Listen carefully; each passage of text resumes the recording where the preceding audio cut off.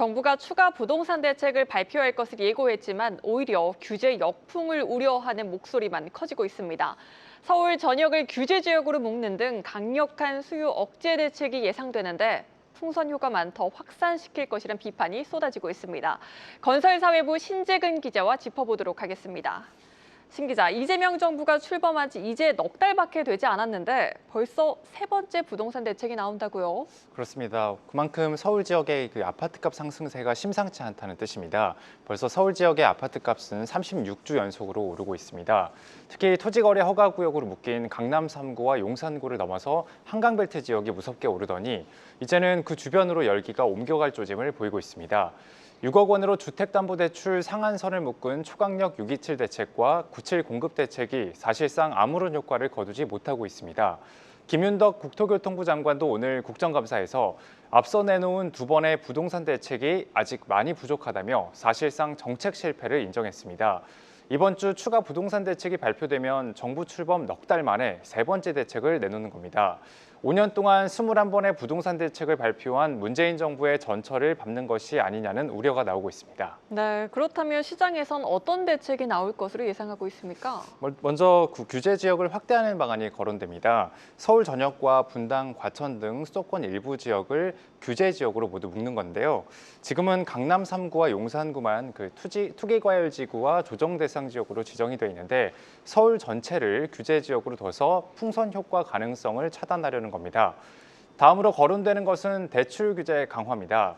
현행 6억 원인 대출 한도를 4억 원으로 더 낮추고 전세 대출에 DSR 총부채 원리금 상환 비율을 적용하는 방안도 검토되고 있습니다.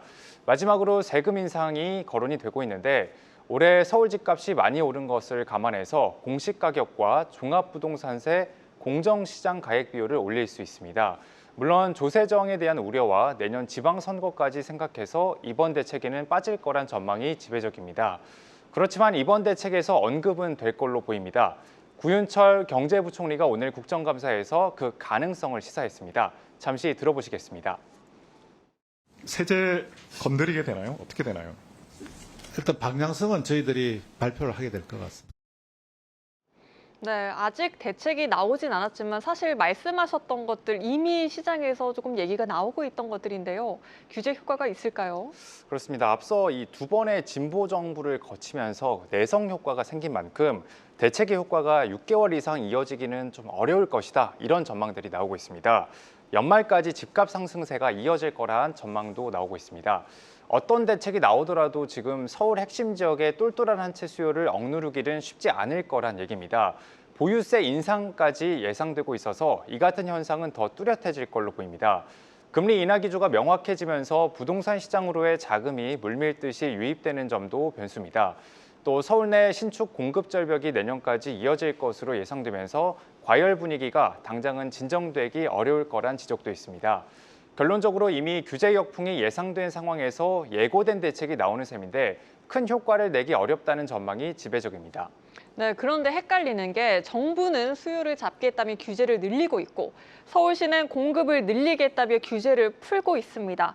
시장의 불확실성이 더 커질 것 같은데 이건 어떻게 해석하는 게 좋겠습니까? 네, 지금 서울시는 재개발, 재건축 속도를 높이기 위해서 각종 인허가 규제를 좀 대폭 완화해주고 있습니다.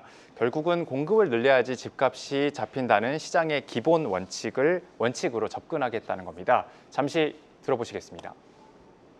부동산 가격을 잡으려면 서울 지역 아파트 값을 안정화시켜야 되고 그중에서도 강남 지역 아파트 가격을 안정시키는 게 관건이라고 많은 전문가들이 얘기를 합니다. 최대한 빠른 시간 내에 최대한의 물량을 공급하겠다.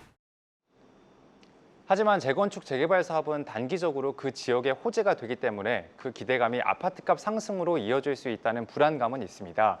또 정부가 수요 위축을 위해서 규제 지역을 확대하고 대출을 더 조일 경우 재건축, 재개발 사업의 사업성이 영향을 받을 수도 있습니다. 오히려 사업성이 나빠질 수도 있습니다. 당분간 규제를 풀어서 장기적으로 공급을 늘리겠다는 서울시와 규제로 수요를 눌러 집값을 잡겠다는 이재명 정부의 정책 엇박자는 계속될 걸로 보입니다. 네, 일단 세 번째 대책 기다려보겠습니다. 건설사회부 신재근 기자였습니다.